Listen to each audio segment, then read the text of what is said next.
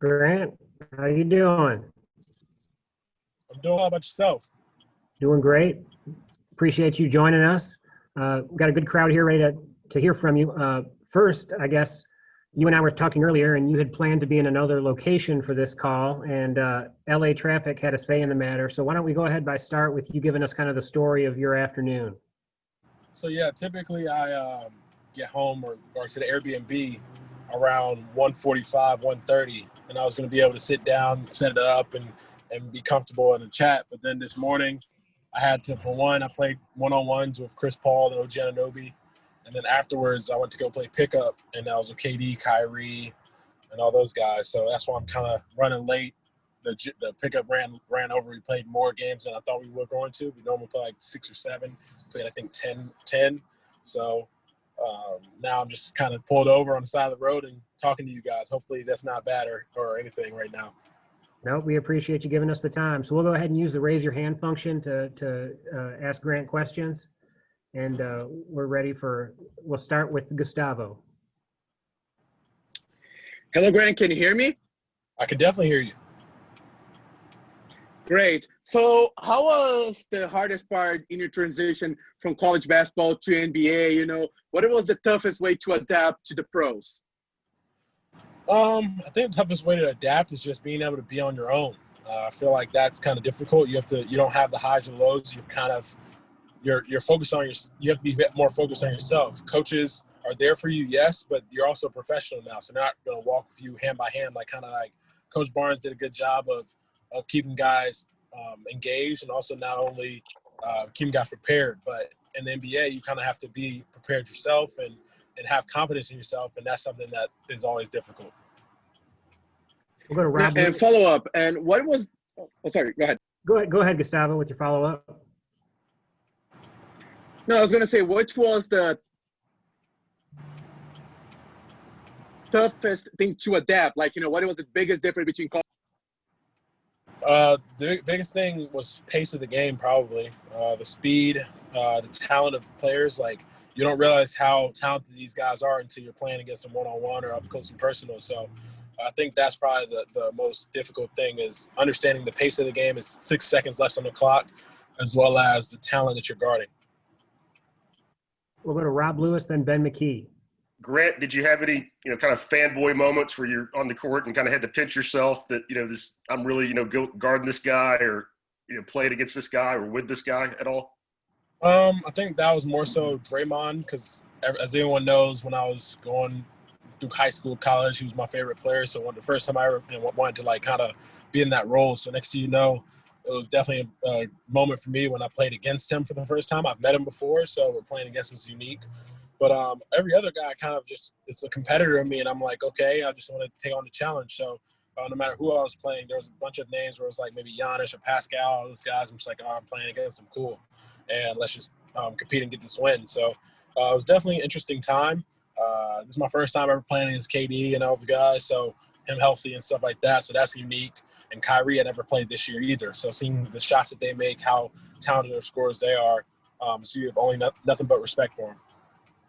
Which aspect of your experience at Tennessee do you feel helped transition to the NBA? And was there a practice or a game where you found yourself thinking in your head that Rick Barnes would kind of be laughing at something you're doing at that moment in time? Or did you hear his voice pop in your head? Any?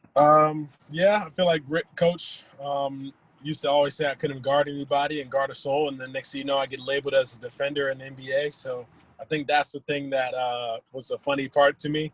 I think he prepared me for sure to be more with the discipline of not only focusing on game plans and being prepared in film. So I think that's the biggest thing I took away from Tennessee. It was how prepared he had me for not only just a professional living, but the game itself. But I know that was a chuckle moment for me, was when everybody kept saying how great of a defender I was, how good I was doing this, that, or whatever, how much I communicate. And I look back, I was like, hey, Coach Barnes didn't want to nominate me for defensive team. We'll go to Mike Wilson and then Trey Wallace. Yeah, Grant, you're talking about the defensive play. After you made that play against the Raptors at the end of the game, did you make sure that Coach Barnes got that clip in front of him so you could point out the plays you were making? I didn't. Hopefully somebody did though, because that's a big time play for a big time moment. So hopefully, not only he's like, okay, maybe I can say he's an average defender now, but I don't know. Maybe I'll never get down with Coach Barnes, but hopefully I find a way. Can you kind of reflect on that play and what that kind of meant to your rookie year? And I mean, obviously the moment and everything contributing to that. Yeah, it was definitely an impactful play just because I had just missed 2 free throws and I had got a freaking 3 cashed out of my face. Next thing you know, it's like, dang. So first off, you missed 2 free throws to help us win this game, and then you gave up the 3. That would have been rough. But the fact that I got the block and I didn't get credited for it, but I got the block and we got the stop. It was a big time moment for me. Especially you think about Eastern Conference semifinal, like that's a dream as a child. So. And playing against a guy as talented as Fred and Kyle Lowry and those guys is always cool in the Raptors. So it's definitely one of those moments for me that kind of took me over to the top for the next series as well. Sorry, another follow-up, Tom. You said that you're playing with KD right now. Have you two shared any Rick Barnes stories and memories that you two might have in common from your time with him? We did in the past, not more recently. I remember the first time I ever met KD, he asked me about Coach Barnes and everything like that. But every time when I was playing defense yesterday actually, and I kept getting stops or I kept being physical on the 5s that were there, so like Bruno or Clint Capella and those guys, they're like, we know you played for Coach Barnes, like as in jokefully with the physicality and the type of play I was playing with. So that was the big time joke about having Coach as a person that was both in both of our lives. Mike, you good? Okay. Yeah, I'll come back more later. You guys can ask some questions now too. I appreciate it, Mike. Hey, Grant, what was it in the bubble? What was life like for you down there in Orlando? And also, did you get any of your teammates involved in any kind of Catan, any kind of games that you like to play? So it was definitely a unique experience. I enjoyed it because I'm a homebody in the first place, so I don't really do much anyway. And I got the camaraderie of guys all around me and being able to play cards or play board games, card games, which I do enjoy, video games. So I made a lot of great relationships. Most of the time, I didn't get anyone to play Catan. There were people playing, but they had their group already. So I was kind of heartbroken. It was the Denver Nuggets, Mason Plumlee and those guys. So, but they had their whole staff basically was playing. So every time somebody dropped out, I was trying to get in, but they had basically people on call. So that was tough, but we played the game of choices for us was spades. I think it was me, Kyle. Kyle was there in the bubble with me. Jamal Murray and Chris Silver from South Carolina was our group most of the time that we went up and played cards together most of the time. And it was a great experience. I think the first couple of days, as everyone said, like the food was definitely different, but I wasn't complaining because it tastes good. It just the presentation was different. So let's just say that the bubble definitely got better as time went on for sure. And at the very end, you kind of do miss your family. That's something I did struggle with. But outside of that, I thought it was a plus. We'll go to Grant Ramey and then Rob Lewis.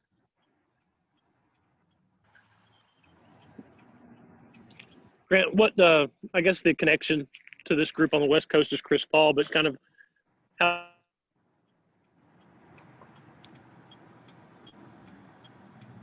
Grant, we lost you for a second. Keep going. Yeah, I was going to say, Ramey, this Wi-Fi, man, I'm on the side of the road. And I can't even hear you, Grant. We'll go to Rob Lewis, and Grant can text me his question. Hey, Grant, just what was the mental adjustment like for you going from, the number one option on your team, 2-time SEC Player of the Year, to a role player on a really good NBA team? What was that like mentally? That's definitely something I'm still kind of adjusting to. You kind of don't have the same feel or like the same shots you may have made in college you're not making because you don't have the ball as much in your hands. And people don't really notice that as much because it's a very different and contrasting jump.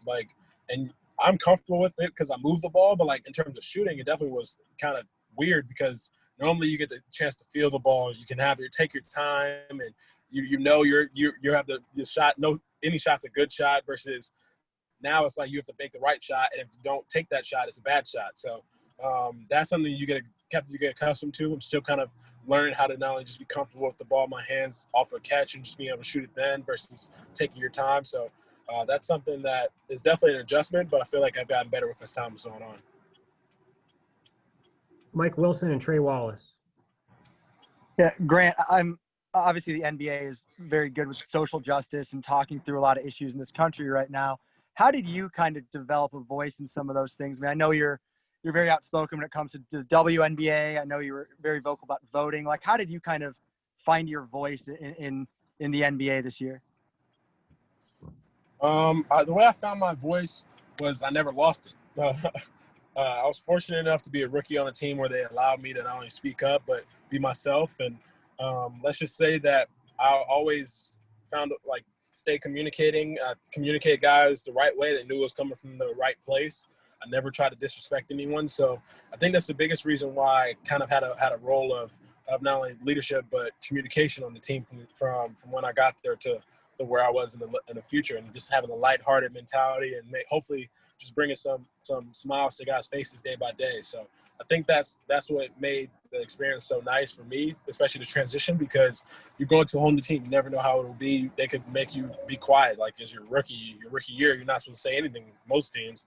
So for them to allow me to be myself was amazing. Hey, Grant, so towards the end of last year, Tennessee didn't really get to wrap up. Things ended in Nashville without actually being able to play a game. For you guys, it ended up in the bubble. You actually got to finish your season.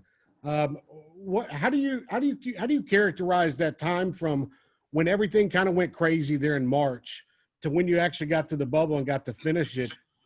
Is there any kind of correlation between what you would tell the players last year that didn't get to finish their season on how to attack this year? Just attack it day by day with the right mentality, because we're all going through kind of the same uncertainty. Less like you're kind of cautious of like security of others.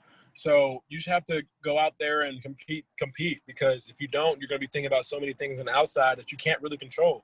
So I've kind of embraced the whole saying of control the controllable, and focusing on the fact that you have the blessed opportunity to play this game.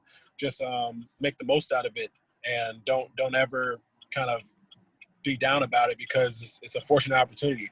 It's definitely going to be a unique position that we're all in, but hopefully we can tell these stories to our children or grandchildren in years and look back on it and say that we persevered through it. And a quick follow-up to that, how would Yves Pons coming back this year? The NBA draft has been so wild, it's being pushed back and whatnot. How big is that for Tennessee, having him back, having a guy like John Fulkerson back, guys that you know? That decision to come back, I know it's not hard because you had to make the same decision. How do you think Tennessee benefits from that this year? Oh, they benefit so much because of the fact that Fulke and him both bring not only a veteran leadership role, but also just they know the system. They can teach the young guys, because I feel like this is the youngest we've been in I don't know how long.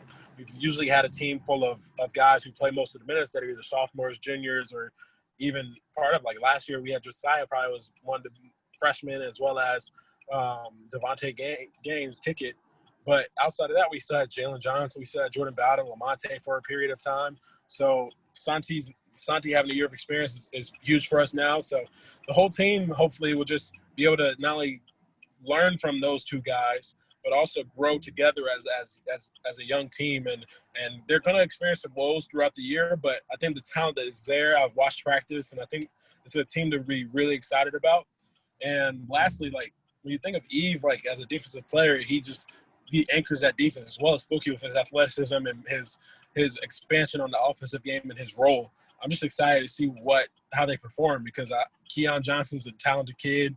Jaden Springer is going to compete his balls off, and you have like Santi and Josiah coming back, and down the line, Victor Bailey just getting off of redshirting because of the transfer. So it's going to be an interesting year for them for sure. Grant Ramey sent me his question. He wanted to know how long you've been on the West Coast, how long you'll be out there, and how you got connected with that group of players that you're training with. So I've been on the West Coast for like 6 days, if that. I'm only here till Tuesday. The only reason I came out here was get my face scan done for 2K. And then I met these guys because I've kind of known a couple of them. I knew James before during the season we connected, but it was really because I'm training with Alex, and he asked me if I wanted to play in runs, and I was like, sure, I'll play. Who's playing? And they said these names, so I was like, cool, that sounds good to me. So next thing you know, we're playing, and whatever it is, don't step off the court. The first time I didn't lose, we only lost 1 game or 2 games, and then today we definitely lost a little bit more. But hey, kind of how it goes with the talent that you're playing with. You see guys like Kyrie or even other guys that are just hitting tough shots, and you're like, wow, this is the level that we're at. Like, this is how the NBA works. And before we go back to Gustavo, just one more time, give us the first and last names of some of those guys that you're training with.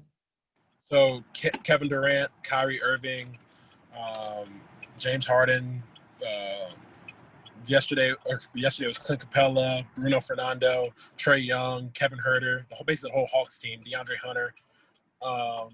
Who else was there? Landry Shamet,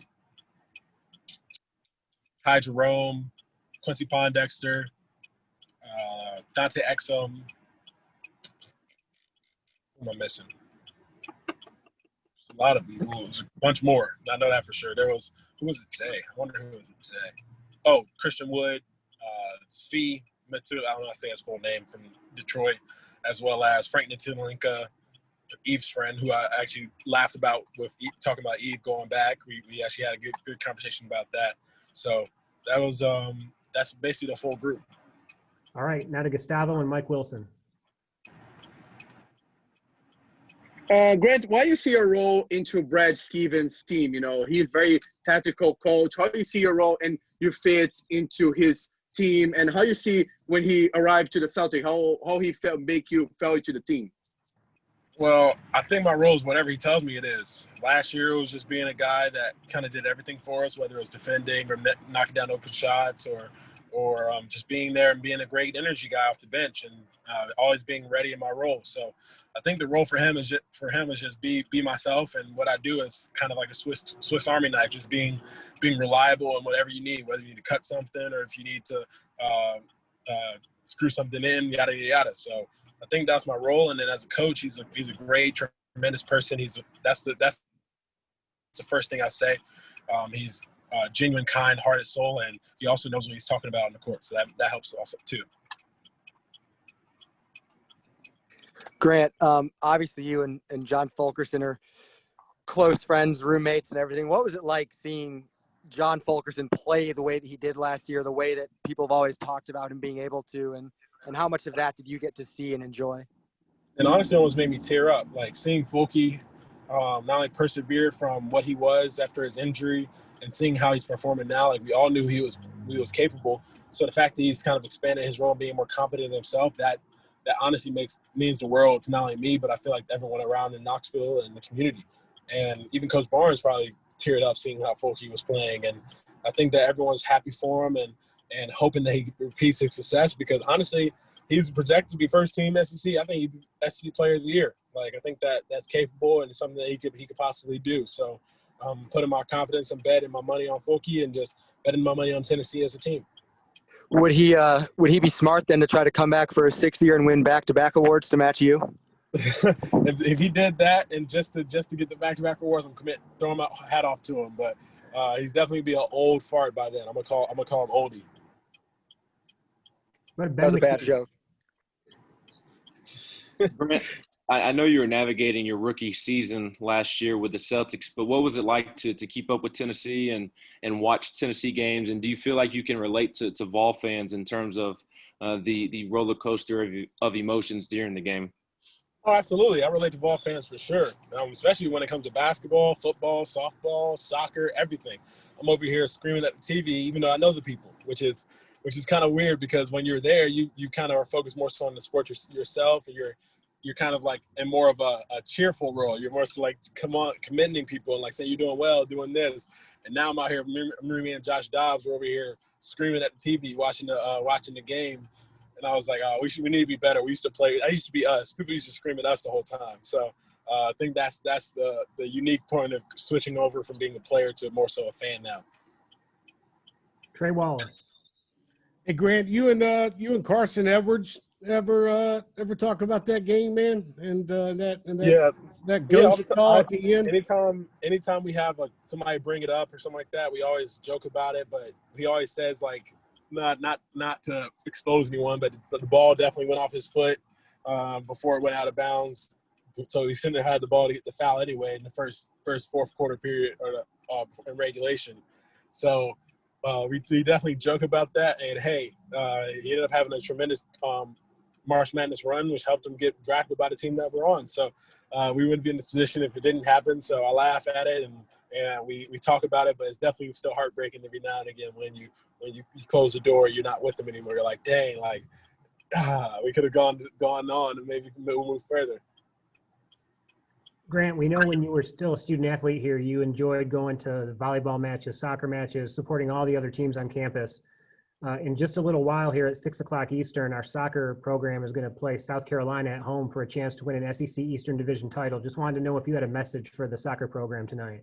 I want to say good luck because you guys have had a great year. I've been keeping up. Not only just Aaron or Jada and everybody else on the team have been playing their butts off, and I'm just hoping that you guys pull it out. I think you guys are really talented and have the great opportunity, and just make the most out of it. Have fun and be who you are. And Coach Penske, I'm here for you if you need me, and I'm also happy for you. I hope you do well.